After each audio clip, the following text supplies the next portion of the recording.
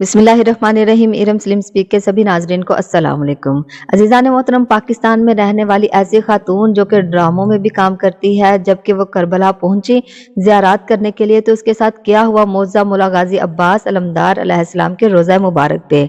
आखिर कौन थी वो अदाकारा, क्या हुआ था उसके साथ मौज़ा, ये मैं नहीं आप उसकी ही जुबान से सुनिएगा।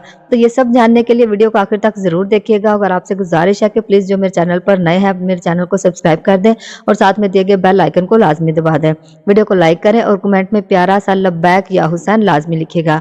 अजीज़ान मोहतरम, वीडियो शुरू करने से पहले मैं कुछ बातें आपसे करना चाहती हूँ, क्योंकि आप मेरी फैमिली हैं। दोस्तों, मुझे किसी का तो नहीं पता कि उसका ईमान कैसा है, वो किस कैटेगरी का इंसान है, क्योंकि कोई भी किसी के दिल के अंदर नहीं झांक सकता।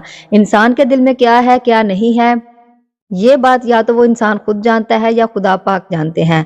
दोस्तों, मेरा ये ईमान है कि कोई भी इंसान बुरा नहीं होता। कभी कभी वक्त और हालात के हाथों मजबूर होकर इंसान कुछ ना कुछ बुरा कर देता है। अब देखिए ना, आज भी कुछ लोग हैं जो कि मौला के मौजूदात को मानने से इनकार करते हैं। मेरी अक्सर वीडियोस में कमेंट आते हैं, बड़े अच्छे अच्छे कमेंट भी आते हैं और इस तरह के कमेंट भी आते हैं कि जी ये झूठ है, मौला के कोई मौजूदात नहीं होते। पर मुझे फर्क नहीं पड़ता अल्हम्दुलिल्लाह, क्योंकि मैं जानती हूँ, मेरा खुदा जानता है कि मेरी एक भी वीडियो फेक नहीं। इसलिए क्योंकि अल्हम्दुलिल्लाह हम मौला को मानने वाले हैं, मौला को चाहने वाले हैं, उनके पाक नामों पे हम झूठ नहीं बोलते अल्हम्दुलिल्लाह। कुछ लोगों ने कहा कि सिमी पाशा के साथ मौजा नहीं हुआ, आप झूठ बोल रही हैं, वरना हमको आप उसका इंटरव्यू दिखाएं। इसलिए आज की वीडियो इसी टॉपिक पे है कि आप डायरेक्ट सिमी पाशा की जुबान से उनके साथ जो मौजा हुआ वो आप सुनिए कि क्या हकीकत है। ये सिर्फ उनके लिए वीडियोज है जो कि ये ना सोचे कि ये तो झूठ था, इरम स्लिम ने झूठ बोला था, वीडियो फेक थी। लेकिन मेरा एक सवाल ये भी होगा आपसे माय डियर, कि आप जब जिस वीडियो को देखेंगे, देख कर क्या आपका ईमान इसके बाद पक्का होगा, ये मुझे कमेंट में जरूर बताइएगा। ऐसे लोगों को अल्लाह पाक हिदायत अता करे। मेरी दिल से ये दुआ है कि जो ये सोचते हैं कि मौला के मौजूदात नहीं होते, मौला के मौजूदात को झुटलाते हैं, तो अल्लाह पाक उन्हें हिदायत अता फरमाए। और एक छोटी सी बात एक और आपसे मैं करना चाहती हूँ कि ये मेरे एक भाई हैं खैरपुर से, मोमिन भाई हैं। इन्होंने बार बार मुझे कॉल की कि मेरे वो वाला व्हाट्सएप नंबर के जो मैंने ज़ियारत के लिए दिया था, तो उस पे बार बार कॉल करके कह रहे थे कि हमारे इमाम बारगाह के लिए हमें एक टीचर की ज़रूरत है। अगर खैरपुर से या आसपास के किसी भी इलाके से कोई भी मेरा बहन भाई ये वीडियो देख रहा है जो ये जॉब करना चाहते हैं, तो प्लीज़ ये मैं आप सामने नंबर शो कर रही हूँ, इस नंबर पर आप उन भाई से रब्ता कर लें। ये उनका मोबाइल नंबर है। और जो कोई भी मेरे मोमिन बहन भाई इमाम बारगाह के लिए कुछ करना चाहते हैं, उन्हें कुछ देना चाहते हैं इमाम बारगाह के लिए अपनी आखिरत का खजाना बना के, तो इस इमाम बार को आप डोनेट कर सकते हैं। उसका ये नंबर आपके सामने जा रहा है, आप इन भाई से डायरेक्ट रब्ता करके इनसे बात करके आप बात कर सकते हैं। तो चलिए अज़ीज़ान मोहतरम, अपनी वीडियो का बाकायदा आगाज़ करती हूँ। सिमी पाशा की ज़ुबान से सुनिए, मुकम्मल वीडियो देखिएगा कि सिमी पाशा की ज़ुबान से कि उनके साथ क्या मौज़ा हुआ। मुझे मौला हुसैन के रोज़े पे ये फीलिंग आई कि कोई अंदर है ज़री में जो बहुत सुकून में है, उसे सुकून मिल गया है। और मौला अब्बास के रोज़े पे तो ऐसा था मेरे साथ कि एक दोस्ती नहीं होती है, एक, क्योंकि मैं बहुत याद करती हूँ उनसे और उनके हवाले से बहुत दुआएं भी करती हूँ। और मैंने जहाँ जो भी दुआ वहाँ की है वो बिल्कुल ऐसे मेरी पूरी हुई है। सपोज़ कि मैंने सोचा था कि मैं अपना घर डिमोलिश करूँगी और मैं इसको नया बनाऊँगी, तो मैं वहाँ दुआ कर रही थी कि आसानियों के साथ अल्लाह बनवा दे मौला के सदक़े में। तो मैंने आंखें बंद की तो एक टेरेस मेरे नज़र के सामने से गुजरा, उसमें स्पॉटलाइट्स लगी हुई थी और एक ग्रे सा कलर हुआ हुआ था, और उसका फसाड जो था वो एक कट से था इस तरह से, जो मेरा घर उस वक्त ऐसा नहीं था। सो मैंने आंखें खोली और मैंने समझ लिया कि मेरा घर बन जाएगा, डिमोलिश करके जब मैं बनाऊंगी तो बन जाएगा।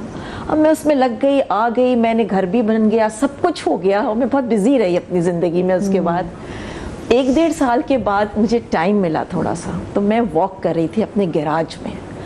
तो उस वक्त मैंने अपने घर को थोड़ा गौर से देखना शुरू किया। तो जब मैंने देखा तो मैंने कहा ये छत, ये स्पॉटलाइट्स और ये कलर मैंने कहाँ देखा है, मुझे याद नहीं आ रहा था कि मैंने देखा कहाँ है ये। फिर एकदम से मुझे क्लिक हुआ, तो ये तो मौला अब्बास के रोज़े पे देखा था मैंने। लिटरली वो घर जब मुझे आर्किटेक्ट ने दिया कि आप बताएं कौन सा फसाड आपको ज़्यादा अच्छा लग रहा है, 4-5 बना के देते हैं वो, नहीं ये नहीं चाहिए, ये नहीं चाहिए, आप ये बना दें, विदाउट रियलाइजिंग कि मैंने कोई एक विजन आया था मुझे याद भी नहीं था वो विजन, और मैंने उसको ओके कर दिया और वो बन गया। सोचो 1.5 साल के बाद मैंने कही तो मैंने मौला अब्बास के रोजे पे सुना। मुझे यहाँ पर एक छोटी सी ब्रेक लेनी है और ब्रेक के बाद भी हम गुफ्तगू के सिलसिले को जारी रखेंगे। ब्रेक के बाद मिलते हैं। शास्त हुसैन, बादशास्त हुसैन। Welcome back. ब्रेक के बाद हम आपको खुश आमदेद कहते हैं। तो ये ज़रा मैं बताएं, ये जो जिसको हम कहते हैं मिशी भी कहते हैं, अरबईन वॉक भी कहते हैं और जिसको एक्चुअली में सफरे इश्क कहते हैं, ज़रा आपने इसको कैसे देखा ये बताएं। अरबईन देखिए, करबला का अशूर अलग है। हाँ। करबला आम जिंदगी में अलग है, मखसूसी अलग होती है। जब मिश्री करते हैं ना चहलुम की, जब आप मौला अली के रोजे से लेके मौला अब्बास के रोजे तक पोल बने हुए हैं, आप उन पोल्स के आप उसी रो में वादियुस सलाम से होते हुए जाते हैं, वहाँ करोड़ों के हिसाब से लोग होते हैं और हर साल एक नया रिकॉर्ड बनता है। मौला हुसैन ने वो जमीन खरीदी थी और वहाँ के लोगों से कहा था कि जो मेरे चाहने वाले आए तो उनकी खिदमत करना।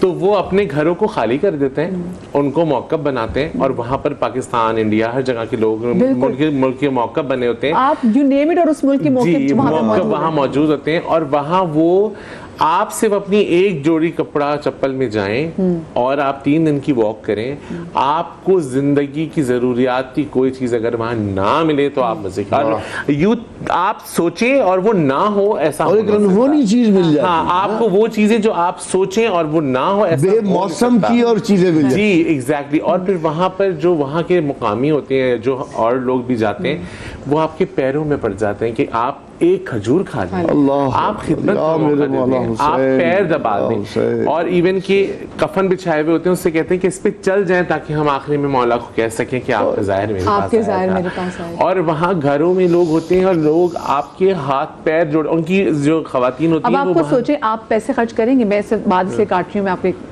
एक मिसाल आपको देती हूँ कि करबला में आप इराक जाना, वहाँ पे चीनी बहुत महंगी है जी। अच्छा, उनका ट्रेडिशन है, उनकी चाय चीनी के बगैर नहीं की जा सकती, वो चीनी के बगैर नहीं किया जा सकता। तो जो वहाँ पे रहने वाले लोग हैं ना, वो सारा साल अपने वो पैसे जमा करते हैं, वो खुद चीनी इस्तेमाल नहीं करते और वो जमा करते हैं कि जब ये अरबईन पे जब ये लोग वॉक जब आएंगे, उनके मेहमान आएंगे तो हम उनको होस्ट करेंगे, तो आप देखें वो आपको कहवे में ऐसे ऐसे चीनी भर भर के देते हैं। उन्होंने खुद नहीं ली होती, उनको होता है कि अब आप खुद सोचें, मैं किसी बंदे को नहीं जानती, मेरे घर के बाहर से कोई भी गुजर आओ, मैं क्यों अपना पेट काट के उसको फैसिलिटेट करूं। लेकिन वहां पे जो असल हकीकत में मौजज़ा ये कि आप किसी को नहीं जानते, मैं नहीं जानती वक़ार कौन है, लेकिन वक़ार वहाँ पर आ रहे, तो मैं अपनी यहाँ से लोग जायदादें बेच के वहाँ पे जाके जो मौके बनाते हैं, मौके में आपको खाना सर्व किया जाता है, नमाज की बहुत जबरदस्त जगह दी जाती है, सोने की जगह, साफ बिस्तर, साफ तकिया, साफ प्लेट, नहाने के लिए वुजू की जगह। आपको पता है कि एक वहाँ पर एक जगह है, मौकब 1086 के बाद एक जगह आती है जो उन्होंने एक वॉशिंग होम बनाया है, पाकिस्तानी पाकिस्तानी मौके पे कि आप जाएं, आपने उनको अपने वॉशरूम में जाएं, वहाँ बंदा खड़ा होता है, आप उसको कपड़े दें अपने, आप जितनी देर में नहाएंगे वो देर में वॉश करके आपको इस्त्री करके आपके पास खड़ा कर देगा। क्या बात। अच्छा, और एक और चीज, ये तो वक़ार जब जाते हैं, वक़ार ने भी इसका तज़किरा नहीं किया क्योंकि इनका अपना सैलून भी है, ये अपनी टीम लेके जाते हैं और वहाँ पे मैंने खुद ये देखा है, हमारी बहुत बड़ी एंकर अरूज, जब आप वॉक करते हैं ना तो आपके पाँव में छाले पड़ जाते हैं, तो मेरे पाँव में भी छाले पड़, कुछ रिश्ते भी लग जाते हैं।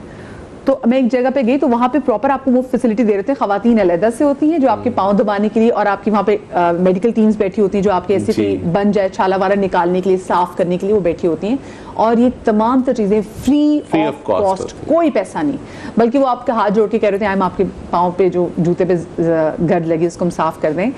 तो वो मैंने उनको वहाँ पे देखा और मैंने कहा आप यहाँ पे क्या करिए, कि बस मैं खिदमत करने के लिए आई हूँ कि बाद में मैं अल्लाह से कह सकूँ कि देखो मैंने ये किया था।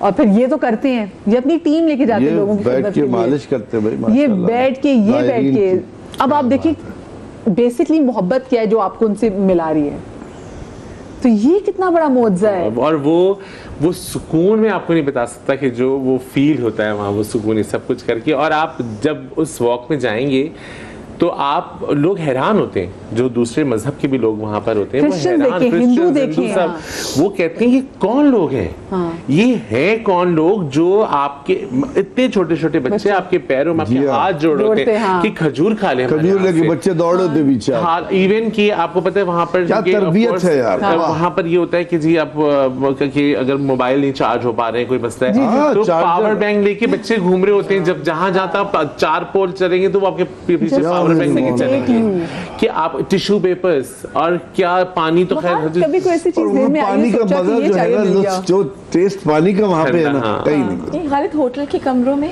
कितना हर पानी जगह provide किया हुआ है? पानी खुला दिया। पानी ठंडा है। पानी, लोगों ने टब लगाए हुए पानी। जूते। मैंने मूसा भाई से यही कहा था ना पहली दफा, मैंने कहा यार मूसा भाई गर्मी में हम तो अभी हम अतराफ करबला घूम रहे हैं और मैंने कहा एक लम्हे को हमें महसूस नहीं हुआ कि जूस पानी खाना तो मैंने कहा कि यार अब इमाम हुसैन अलैहिस्सलाम पे क्या गुजरी होगी। सही बात है। वो देखिए वो पता नहीं लेकिन ये उनकी हॉस्पिटैलिटी, उनको पता है कि जब जाहिर आ रहे हैं तो और उन्होंने वो जगह ले ली खरीद आप के। प्यासे नहीं रहेंगे नहीं। आपको वहां पर तकलीफ नहीं, और इवन बहुत छोटी छोटी सी बातें आप कि जैसे मेरे पैर में बहुत शदीद पेन हुआ था, मैं वहां बैठा हुआ था मौला के रोजे पे, तो मैं तो आप सोचते हैं ना कि मतलब यहाँ को दबाने थोड़ी आएगा, आप आराम से बैठे बातें कर, मौला से मैं बातें कर चीजें कर रहा हूँ, ब्रावा वाला बंदा बैठे हो, मैं एकदम हिल गया कि मतलब मैंने कहा नहीं कहते जाहिर। सो ऐसी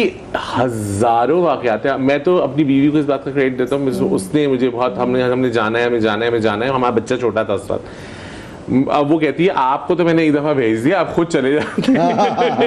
भाई मैं जब पहली बार गया ना करबला तो मौला अब्बास के रोजे में पहले जाते तो हाँ ये आदाब है आपको। मैं आपको बताऊं वो जो दहशत थी ना कि मेरा तो ना पाँव उठ रहा था ना सर उठ रहा था, मुझे समझ नहीं आ रही थी मैं करूं क्या।